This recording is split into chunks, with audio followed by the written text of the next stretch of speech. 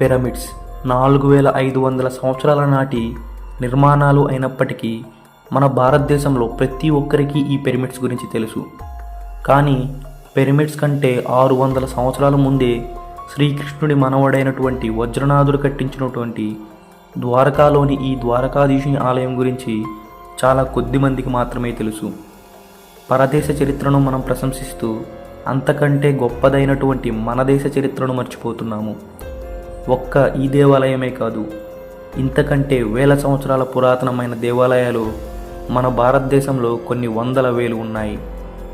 నేటి తరం మర్చిపోతున్నటువంటి ఇలాంటి గొప్ప దేవాలయాల చరిత్రను తిరిగి మళ్ళీ తెలియజేయడమే ఈ ఛానల్ యొక్క ముఖ్య ఉద్దేశం.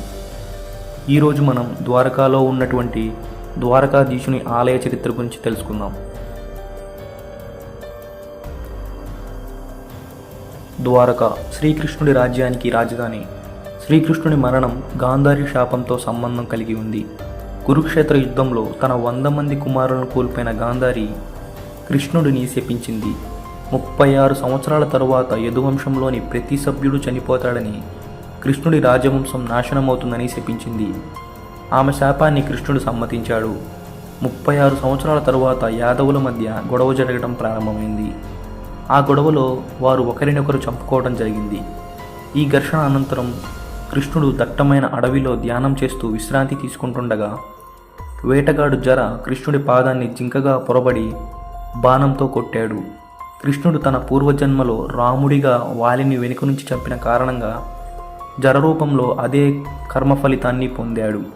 కృష్ణుడి మరణమనంతరం శ్రీకృష్ణుడి మానవుడు అనిరుద్ధుడి ఆధ్వర్యంలో కృష్ణుడు మృతి చెందిన తరువాత ద్వారకాలోని ప్రజలు కృష్ణుడికి పూజల కోసం ఒక ఆలయాన్ని నిర్మించాలని నిర్ణయించుకున్నారు. ఈ ఆలయ నిర్మాణం కోసం అనిరుద్ధుడు కృషి చేయటం ప్రారంభించాడు. ద్వారకా నగరం వరదల్లో మునిగిపోయిన తరువాత అనిరుద్ధుడు మరియు మరికొంతమంది యాదవులు కృష్ణుని పాదముద్రను ఆచరించి శ్రీకృష్ణునికి ఆధ్యాత్మిక శక్తితో అనుసంధానం అయ్యేలా దివ్యమైన స్థలాన్ని అన్వేషించారు. కృష్ణుడు తన జీవితకాలంలో ఆచరించిన కృషి చేసిన చోటే అతనికి నివాసం యొక్క స్మారకంగా దేవాలయం నిర్మించాలని అనిరుద్ధుడు నిర్ణయించాడు. అనిరుద్ధుడు తన తాతగారు కృష్ణుడి కోసం ప్రత్యేకమైన మరియు సాంకేతిక అత్యున్నత స్థాయిలో ఉన్న ఆలయాన్ని నిర్మించాలని సంకల్పించాడు. ఈ ఆలయాన్ని నిర్మించడంలో అనిరుద్ధుడు ఎన్నో ప్రత్యేక శాస్త్రాలు మరియు వాస్తుశాస్త్రాన్ని ఉపయోగించాడు. ఈ దేవాలయం నిర్మాణం ద్వారకా నగరంలో కృష్ణుడి ప్రాశస్త్యాన్ని నిలబెట్టేందుకు, ఆయన స్మరించుకునేందుకు ఈ విధంగా రూపకల్పన చేయబడింది.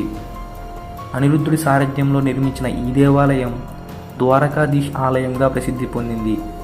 శ్రీకృష్ణుడికి అంకితమైన ఈ ఆలయం ఆ ప్రాంతంలో ఒక పవిత్ర కేంద్రంగా నిలిచింది. ఇలాంటి మరిన్ని గొప్ప దేవాలయాల చరిత్రల గురించి తెలుసుకోవాలనుకుంటే మన ఛానల్ని సబ్స్క్రైబ్ చేసుకోండి.